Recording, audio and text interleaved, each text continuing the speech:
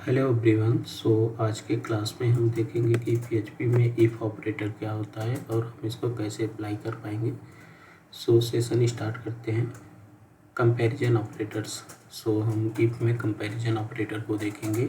If statement usually content conditions that compare two values. Basically to values को compare करने के लिए हम इस स्टेटमेंट इफ़ का यूज करते हैं। एक यहाँ पे हम डबल इक्वलिटी का कंपैरिजन चेक करेंगे और हमें उस केस में क्या आउटपुट आता है वो चीज़ देखेंगे। तो PHP कोड पे जाएंगे। यहाँ पे मैं एक फाइल बनाता हूँ 26.php।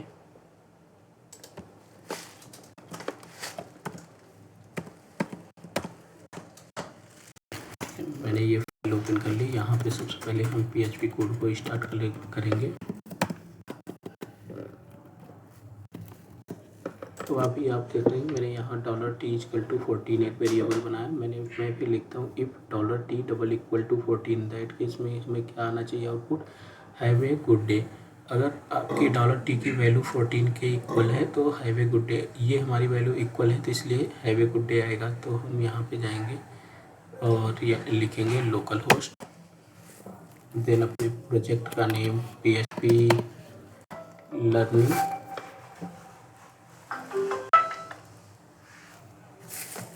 PHP learning and after that यहाँ पे अपने फाइल का नेम लिखेंगे लास्ट में 26.php। अभी आप देखना कि यहाँ पे कुछ सिंटैक्स एरर आया है। हम इसको रिजॉल्व कर लेते हैं कि ये कह रहा है कि लाइन नंबर 9 पे कुछ सिंटैक्स एरर है।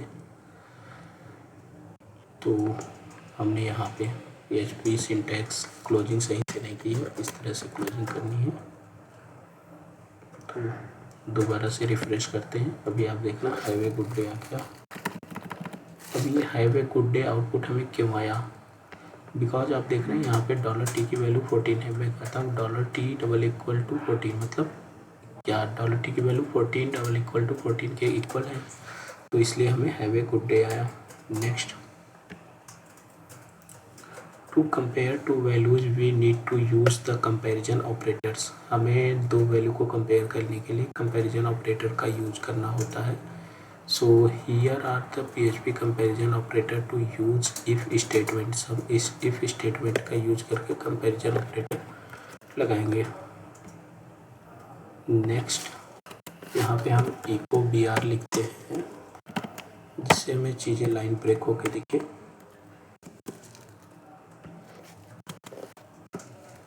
अभी मैंने यहाँ पे लिखा $x=100, $y=100। If $x=$y that case में क्या हो, इको $x=$y।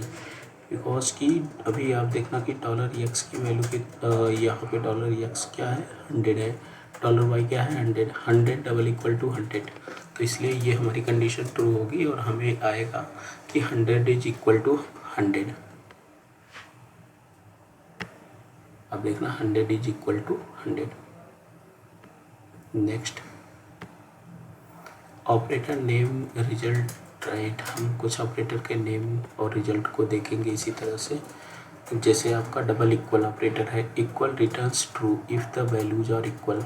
अगर हमारे वैल्यू इक्वल हैं तो दैट केस में ये ट्रू रिटर्न करेगा। यहाँ पे हम कहते हैं कि return identical true if the value and data type are equal. जैसे ये डॉलर, अगर हम यहाँ पे ट्रिपल इक्वल लिखेंगे दैट केस में भी ये हमें क्या देगा, $x ये 100=100। आप देखना 100 अगर मैंने यहाँ पे क्या किया कि इस न्यूमेरिक वैल्यू को इस तरह से कर दिया, इस एक को स्ट्रिंग बना दिया और एक को हमने इंटीजर रखा। अब देखना कि ट्रिपल इक्वलिटी के केस में ये हमें रिजल्ट नहीं देगा, कंडीशन फॉल्स होगी बिकॉज की डाटा टाइप डिफरेंट हो गया। वैल्यू तो इक्वल है बट डेटा टाइप पहला क्या है इंटीजर, दूसरा क्या है स्ट्रिंग।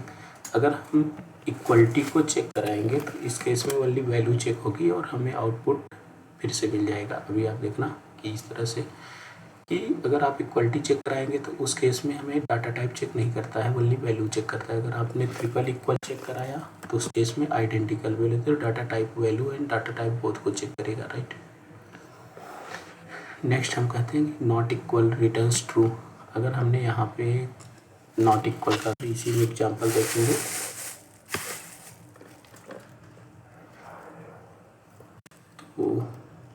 मैंने लिखा यहाँ पे नॉट इक्वल, तो $x $y नॉट इक्वल है बिकॉज दोनों वैल्यू में इक्वल है। तो अब देखना कि ये गायब हो गया।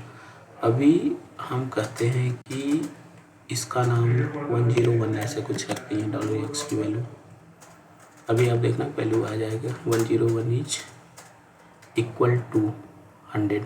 तो यहाँ पे 101 इज नॉट, वैसे लिख देते हैं 101 इज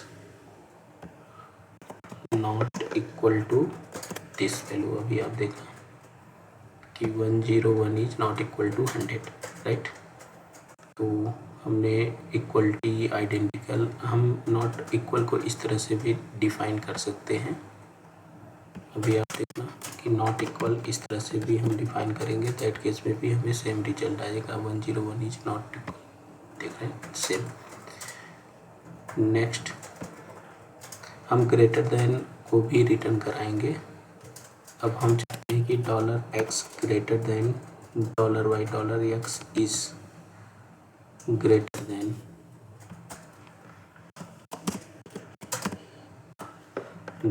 देन टू $y। तो अभी आप देखना कि ये हमें क्या देगा 101 इज ग्रेटर देन टू 100, मतलब 1001 हमारा 100 से ग्रेटर है। इसी तरह से नेक्स्ट हम लेस को चेक कराएंगे। हम चाहते हैं कि यहाँ पे हमारा $y less than $y less than $x। अभी आप देखना कि ये कहेगा कि $y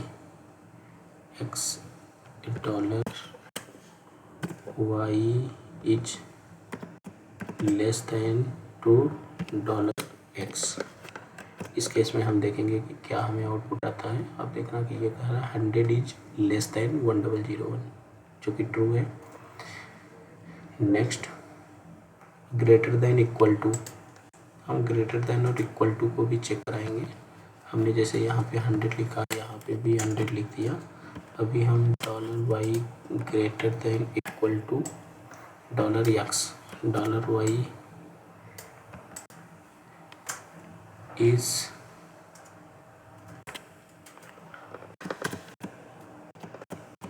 ग्रेटर एंड इक्वल। अभी आप देखना कि क्या आउटपुट हमें आएगा। ये दे दिया कि 100 is greater and equal to 100। Greater भी हो सकता है अथवा इक्वल भी हो सकता है, ग्रेटर और इक्वल। तो हम यहाँ पे और लिखेंगे ग्रेटर और इक्वल, राइट। नेक्स्ट इसी तरह से हम चाहते हैं कि लेस देन इक्वल टू, अगर हमने यहाँ पे लिखा $y less than equal to less और इक्वल, $y इज लेस और इक्वल टू $x। अभी आप देखना 100 इज लेस और इक्वल टू 100। नेक्स्ट हम देखेंगे लॉजिकल ऑपरेटर्स। तो लॉजिकल ऑपरेटर क्या होता है और कैसे चलता है। To check more than one condition we can use logical operator like the and operator. अगर हमें मल्टीपल कंडीशन लगानी है तो हम लॉजिकल ऑपरेटर का यूज करें। Check if $a is greater than $b and if $a is less than $c। तो हम एक एग्जाम्पल इसका भी देखेंगे।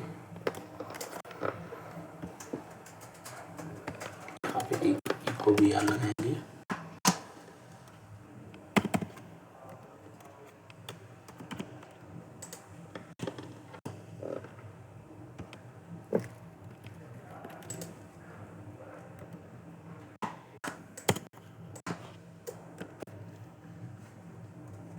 $a हमारा कितना है 200, $b 33, $c 500। क्या $a ग्रेटर देन $b, इसका मतलब क्या हमारा 233 से बड़ा है और ट्रू है। इसका मतलब $a लेस देन $c, मतलब $a 200 या 500 से छोटा है, यस ट्रू है। तो इस केस में बोथ कंडीशन आर ट्रू। आप देखना कि हमें क्या आउटपुट आता है। Both condition are true because की दोनों कंडीशन ट्रू है। Next here are the PHP logical operator to use if statements. तो हमने एंड को यूज कर लिया, and true if both condition are true. तो हमने इस तरह से एंड साइन का यूज किया। अगर हम यहाँ पे एंड लगाएंगे इस केस में भी हमें सेम रिजल्ट आएगा। अब देखना सेम, आप या तो एंड ऑपरेटर का यूज कर लीजिए या एंड की का। और का मतलब होता है कि दोनों में से कोई एक कंडीशन सही हो, तो भी देखना आप राइट। अगर हम यहाँ पे एक्स, नेक्स्ट क्या है, डबल इक्वल, और हम और साइन का यूज करेंगे। और साइन किस तरह से होता है, आप इस तरह से भी लिखेंगे, बोथ कंडीशन आर ट्रू अब भी है हमारी, राइट, तब भी हमें रिजल्ट फाइंड होगा। XOR में क्या होनी चाहिए कि एक कंडीशन ही हमारी ट्रू होनी चाहिए और एक कंडीशन ट्रू नहीं होनी चाहिए। अभी आप देखना कि ये हमारा यहाँ से गायब हो जाएगा, बिकॉज की दोनों कंडीशन ट्रू हैं।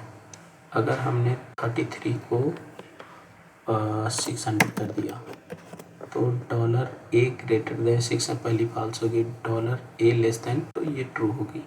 तो अभी आप देखना कि हमें यहाँ पे आउटपुट आ जाएगा। तो यहाँ पे क्या है, one condition is true, one condition are true, one condition is true. एक कंडीशन हमारी यहाँ पे क्या है, ट्रू है। अब देखना one condition is true. Next हम नॉट ट्रू कंडीशन इस, हम नॉट ट्रू का भी यूज करेंगे। अगर $X नॉट यहाँ पे ग्रेटर देन एंड, यहाँ पे लिखते हैं नॉट इक्वल टू बुई। तो इस केस में देखते हैं हमें क्या आउटपुट आता है। वन कंडीशन इज ट्रू क्यों गायब होगी, पहली क्या है कि $A की value 200, $A less than $C तो है, $A की value $A not equal to $B, 200 not equal to 600, ये कंडीशन तो हमारी ट्रू है। दूसरी कंडीशन $A $C, तो हम यहाँ पे इक्वलिटी का लगाएंगे। तो इस केस में अभी आप देखना one condition is true, because कि हमने ये कंडीशन फॉल्स कर दी। $A क्या है 200, हम कह रहे हैं कि ये 500 के इक्वल है $C के, तो ये कंडीशन फॉल्स, एक कंडीशन ट्रू हुई, इसलिए ये रिजल्ट हमें दे दिया। We can compare many conditions as we like in one statement। Multiple condition को वन स्टेटमेंट में चेक करा सकते हैं। तो एक इसका भी एग्जाम्पल देखेंगे।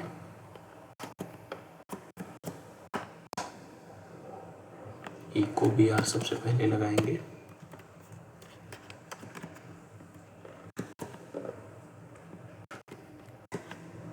यहाँ पे मैंने लिखा $A equal to 5, if $A double equal to 2 और $A इक्वल टू 3।